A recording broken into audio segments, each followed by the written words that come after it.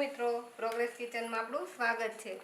આજે બનાવીશું આપણે ગણેશ ચતુર્થી સ્પેશિયલ ચૂરમાના લાડુ। લાડુ બનાવવા માટે મેં અહીં 2 કપ કરકરો ઘઉંનો લોટ લીધો છે। આ લોટ આપણે ભાખરીનો લોટ હોય એવો કરકરો લોટ હોય તો પણ ચાલે। તેમાં નાખીશું આપણે 2 ચમચી ઝીણો રવો અને 2 ચમચી નાખીશું ચણાનો લોટ। રવો અને ચણાનો લોટ નાખવાથી આ લાડુનો ટેસ્ટ એકદમ સરસ લાગે છે। હવે તેમાં આપણે અડધા કપ ઘીનું મોણ દઈ દઈશું। ઘીની જગ્યાએ તમે તેલનું મોણ પણ દઈ શકો। હવે ઘીને લોટમાં સારી રીતે આમ ચોળીને મિક્સ કરી લઈશું,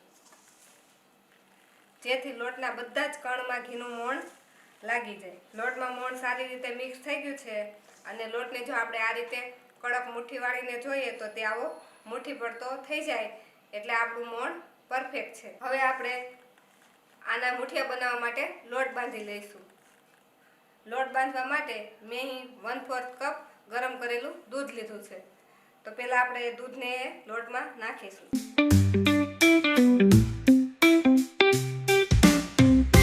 અને સારી રીતે લોટ સાથે મિક્સ કરી દઈશું। હવે મેં અહીં ગરમ કરેલું થોડુંક હુંફાળું ગરમ એવું પાણી લીધું છે, એ પણ મેં 1/4 કપ લીધું છે। તેનાથી આપણે હવે લોટ બાંધી લઈશું। લોટ બંધાય ત્યાં સુધીમાં આમાંથી કેટલું પાણી વપરાય છે છેલ્લે આપણે જોઈશું। થોડું થોડું પાણી ઉમેરતા આનો આપણે એકદમ કઠણ લોટ બાંધી લઈશું। તો આ રીતે આપણે એકદમ કઠણ આનો આપણે લોટ બાંધી લઈશું। આ થોડો છૂટો છૂટો રહે તો પણ ચાલે, પણ આનો લોટ આપણે ભાખરી કરતાં પણ કઠણ બાંધવાનો છે। તો આ લોટ બાંધવા માટે મારે 1/4 કપ દૂધ અને 1/4 કપ પાણીની જરૂર પડી છે। આપણે અહીં 2 કપ ઘઉંનો લોટ લીધો હતો, તેની સામે આપણે અડધો કપ તેમાં ઘીનું મોણ આપી દીધું, અને જો તમે ખાલી પાણીથી લોટ બાંધશો તો અડધો કપ ગરમ પાણીથી આ લોટ બંધાઈ જશે, અને દૂધ નાખશો તો 1/4 કપ પાણી અને 1/4 કપ દૂધથી આ લોટ સારી રીતે બંધાઈ જશે। હવે આપણો લોટ બંધાઈને રેડી છે, તો આમાંથી આપણે હવે મુઠિયા વાળી લઈશું। તો થોડોક લોટ હાથમાં લઈ આ રીતે દબાવી અને તેને પહેલાં એકદમ ટાઈટ કરી લઈશું। પછી આ રીતે દબાવી અને તેના મુઠિયા વાળીશું। આ રીતે દબાવતા જશું અને લોટને ભેગો કરતા જશું, અને આ રીતે આપણું મુઠિયું વળી જાય પછી તેને આપણે આ રીતે દબાવી તેમાં આંગળીના નિશાન પાડી દઈશું, જેના લીધે વચ્ચે ખાડો થઈ જાય, એટલે કે આપણે મુઠિયું જ્યારે આપણે તેલમાં તળીએ ત્યારે આખું મુઠિયું તળાઈ જાય।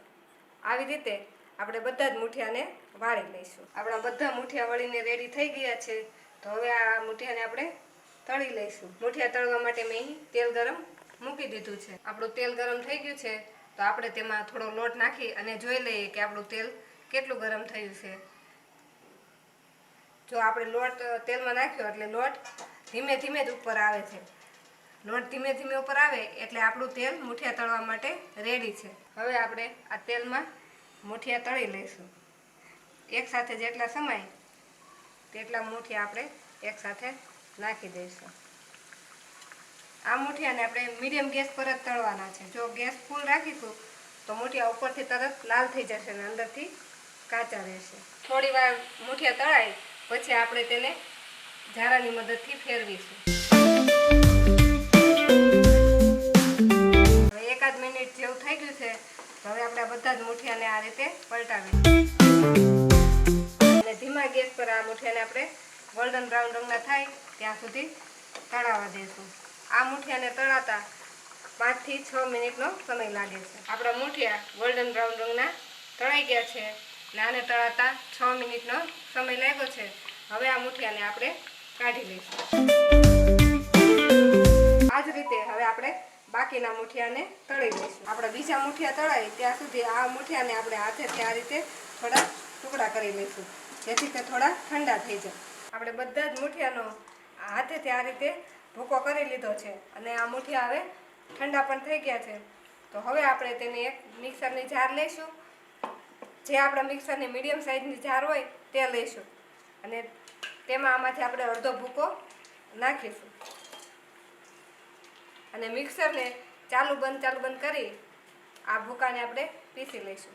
આપણો ભૂકો પીસાઈને રેડી થઈ ગયો છે. હવે આપણે તેને એક ઘઉં ચાળવાની ચાળણીની મદદથી આપણે એને ચાળી લઈશું. આ રીતે આ ભૂકાને આપણે ચાળી લઈશું. આને ચાળતા આમાંથી જે મોટી કણીઓ નીકળે તેને આપણે જે બીજા મૂઠિયા પીસીએ તેની સાથે નાખી દઈશું. તો આપણા બધા જ મૂઠિયા પીલાઈને રેડી થઈ ગયા છે. હવે આપણે લાડુ બનાવવા માટે ગોળનો પાક બનાવી લઈએ. હવે લાડુનો પાક લેવા માટે મેં અહીં અડધો કપ ઘી લીધેલું છે. આપણું ઘી ગરમ થાય એટલે મેં અહીં કાજુ બદામના આ રીતે પીસ કરીને રાખેલા છે તેને આપણે ઘીમાં તળી લઈશું.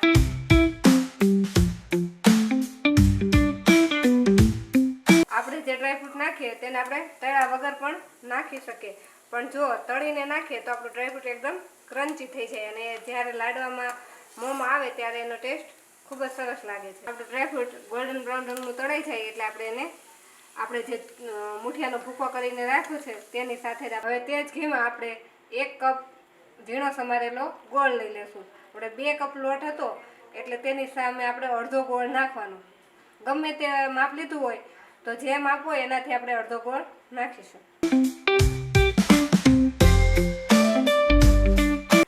હવે એકદમ ધીમા ગેસ પર આ ગોળને આપણે ઓગાળી લઈશું. ગોળને આ રીતે આપણે સતત હલાવતા રહીશું એટલે ગોળમાં કોઈ પણ કણી હોય તો તે ઓગળી જાય.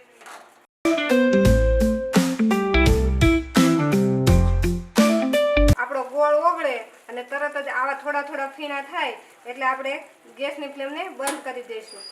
લાડુ બનાવવા આપણે ગોળનો પાક એકદમ વધારે નથી લેવાનો અને આ પાકને આપણે જે તૈયાર કરેલો ભૂકો છે તેમાં એડ કરી દઈશું. હવે આના ચમચાની મદદથી આપણે સારી રીતે મિક્સ કરી લઈશું. બધી જ વસ્તુને આપણે હવે આ રીતે ચમચાથી મિક્સ કરી લઈશું. હવે ચમચાની મદદથી આ બધું સારી રીતે મિક્સ થઈ ગયું છે અને તે થોડું ઠંડુ પણ થઈ ગયું છે.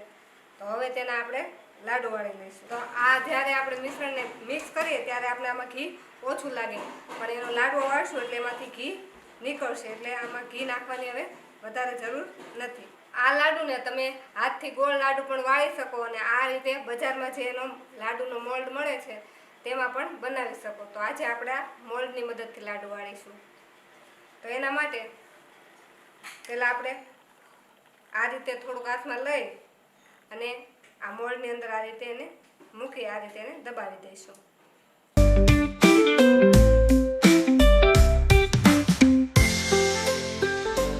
હવે આ લાડુને આપણે એક ડીશમાં આ રીતે પાડી દઈશું. આવી જ રીતે આપણે બીજા બધા લાડુ પણ બનાવી લઈએ. હવે આપણા બધા જ લાડુ વળીને રેડી થઈ ગયા છે.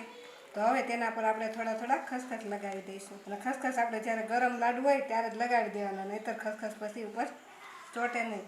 જો તમને અમારી આજની રેસીપી ગમી હોય તો અમારા વિડીયોને લાઈક કરો અને પ્રોગ્રેસ કિચન ચેનલને સબસ્ક્રાઈબ કરો.